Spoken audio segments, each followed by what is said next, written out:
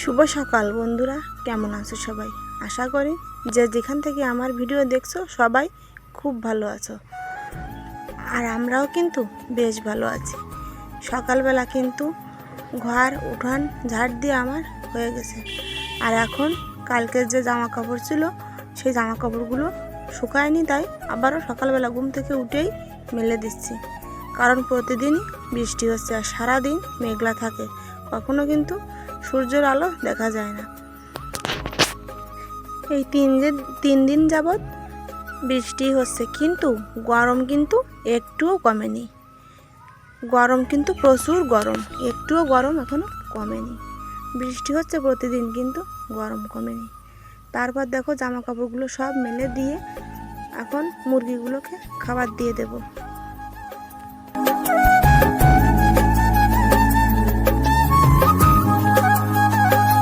আর বন্ধুরা, তোমরা আমার ভিডিও অনেকেই দেখো কিন্তু সাবস্ক্রাইব করোনি, প্লিজ সাবস্ক্রাইব করে দিও।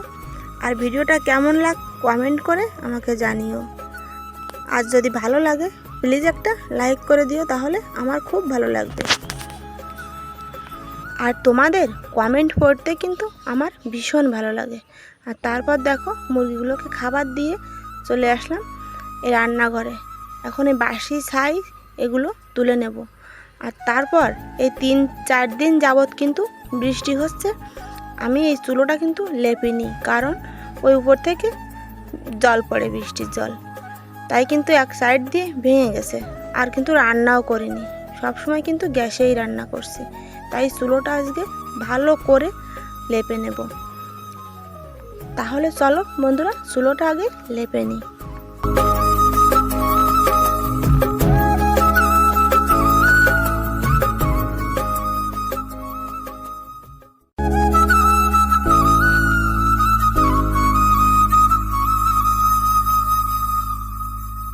আর বন্ধুরা দেখো, আমার চুলোটা কিন্তু খুব সুন্দর আগুন, আর লেপলে দেখো কত সুন্দর লাগে। যত্ন করে রাখলে সব জিনিসই কিন্তু অনেক দিনই থাকে, তাই না? আর দেখো যত্ন লেপে পুছে তো রাখি, কিন্তু ওই যে টিন থেকে জল পড়ছে, চাল থেকে আর কি।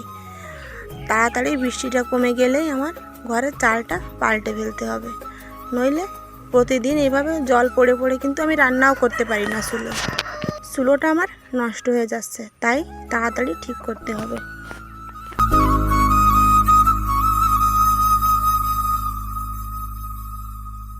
আর তোমাদের সাথে কথা বলতে বলতে কিন্তু আমার চুলোটাও লেপা হয়ে গেছে। এখন চলে আসলাম আমি এই গ্যাসের চুলোটা আর এই টেবিলটা মুছে নিতে।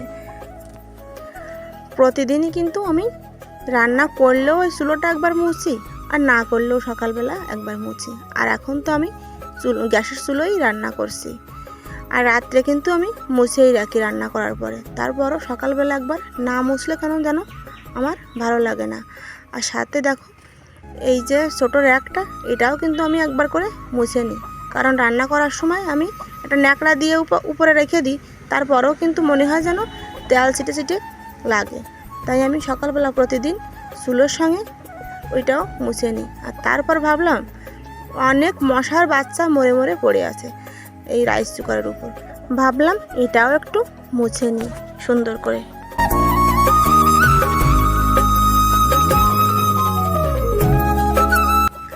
আর এই সাইডটা সব মুছে পরিষ্কার করে নিয়েছি। এখন চলে আসলাম এই ভাত খাওয়ার টেবিলটা, এটাও কিন্তু আমার মোছাই ছিল, রাত্রে খাওয়া দাওয়ার পরে আমি মুছেই রাখি।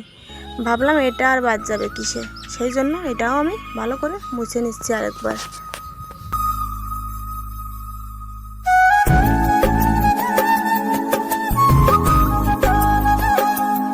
আর তারপর চলে আসলাম বাসন মাজতে।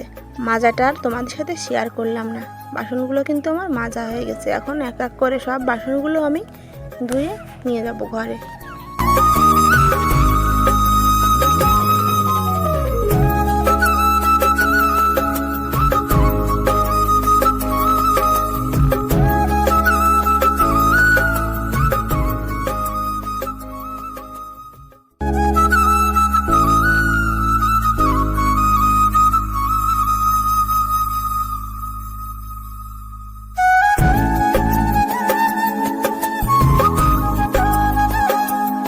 আর বাসনগুলো সব মেজে এনে ধুয়ে রেখে দিলাম। এখন আর র্যাকের উপর গুছিয়ে রাখলাম না, আগে রান্নাটা সেরে নিই, কারণ সবার খিদে পেয়ে যাবে, অনেকটা বেলা হয়ে গেছে।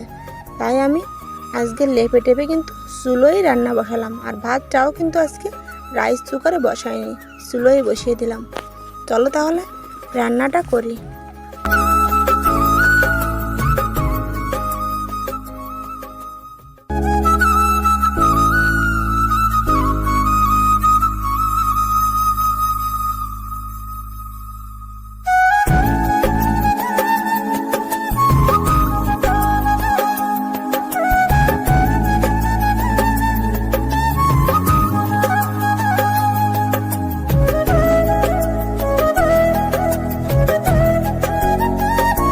রান্না করব মুসুর ডাল আর শাপলা ভাজি।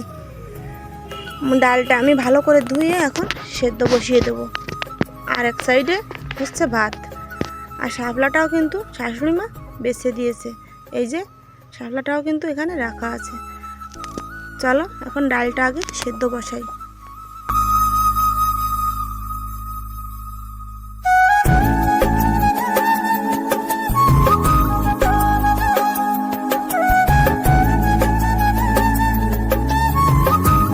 তোমরা তো জানো আমি কিন্তু ডালের সাথে লবণ, হলুদ, একটু সরিষার তেল আর পেঁয়াজ দিয়েই সেদ্ধ বসাই, কিন্তু পেঁয়াজটা ছিল না, তাই আর দিতে পারিনি। তারপর আমার এই পাশের ননদের বাড়ি থেকে দুটো পেঁয়াজ এনে তারপর কিন্তু আমি ডালে দিয়ে দিলাম। আর এখন আমি এসে দেখি ভাতটাও কিন্তু আমার ফুটে গেছে। এখন আমি ভাতটার ফ্যান ঝরিয়ে নেব।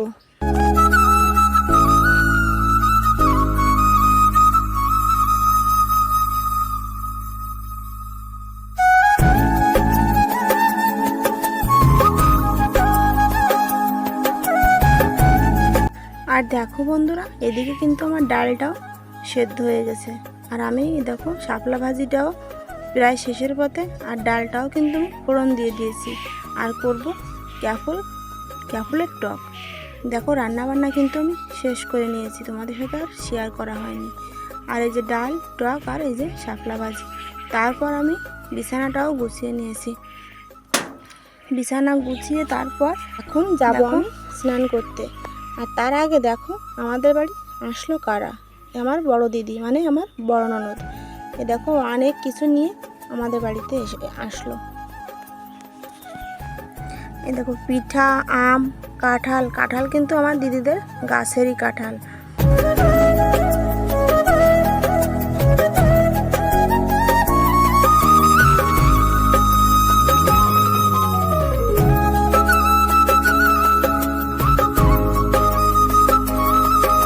আর এই যে মরিচ আর বেগুনের চারা, এগুলো আমি যখন ওনাদের বাড়ি গিয়েছিলাম ভেবেছিলাম আনবো, কিন্তু আমার আর মনে ছিল না আসার সময়, তাই দিদি এগুলো নিয়ে আসলো। আর আমার কিন্তু দুটো ননদই এসেছে, কিন্তু সে এখনও আমাদের বাড়িতে পৌঁছে পারেনি, তাই তোমাদের সাথে দেখা করাতে পারিনি। আর দেখো তারপর আমি তাড়াহুড়ো করে দুধটা চুলোয় বসিয়ে দিলাম জাল করার জন্য। আর ঘরটাও মুছে নিচ্ছি তাড়াতাড়ি করে। আর তারপর যাব স্নান করতে।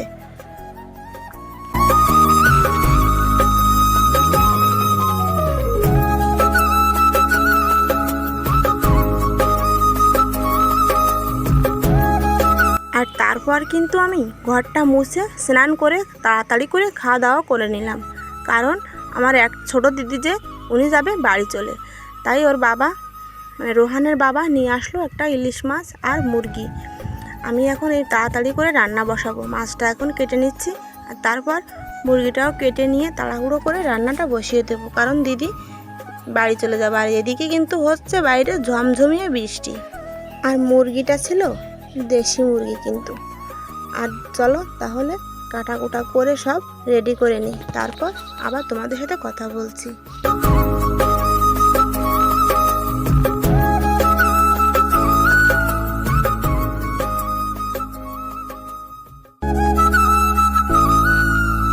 আর মাছের পেট কিন্তু ভর্তি ছিল ডিমে।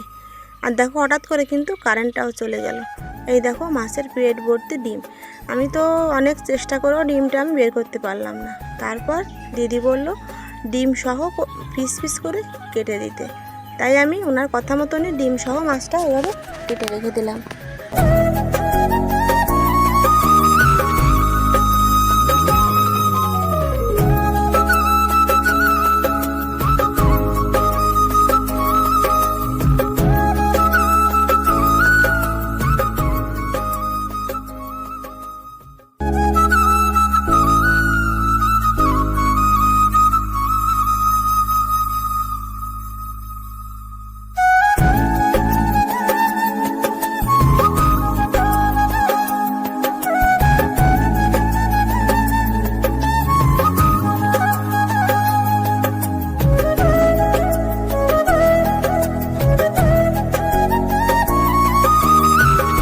মাছটা কাটা আমি সম্পূর্ণই প্রায় তোমাদের সাথে শেয়ার করলাম। আর মাছটা কিন্তু ছিল অনেকটাই বড় মাছ।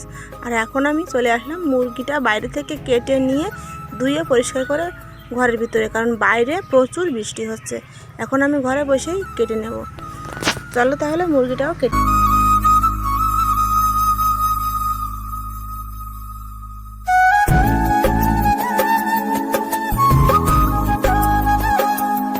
আর বন্ধুরা, দিদি আর আমি হাতে হাতে কিন্তু সব মশলা বেটে মাছ কেটে সব কিছু গুছিয়ে নিয়েছি। এখন তাড়াহুড়ো করে রান্নাটা করে নেবো। দিদি যাবে, মানে ছোট যে দিদি তিনি যাবে বাড়ি চলে, আর এদিকে বাইরে হচ্ছে বৃষ্টি।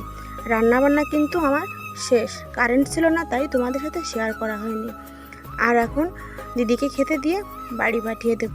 আর তারপর ভিডিওটা কিন্তু আর বেশি বড় করব না, এখানেই শেষ করে দেব। আর আমার ভিডিওটা যদি তোমাদের একটুও ভালো লাগে প্লিজ একটা লাইক করে দিও আর সাবস্ক্রাইব করে আমার পাশে থেকো।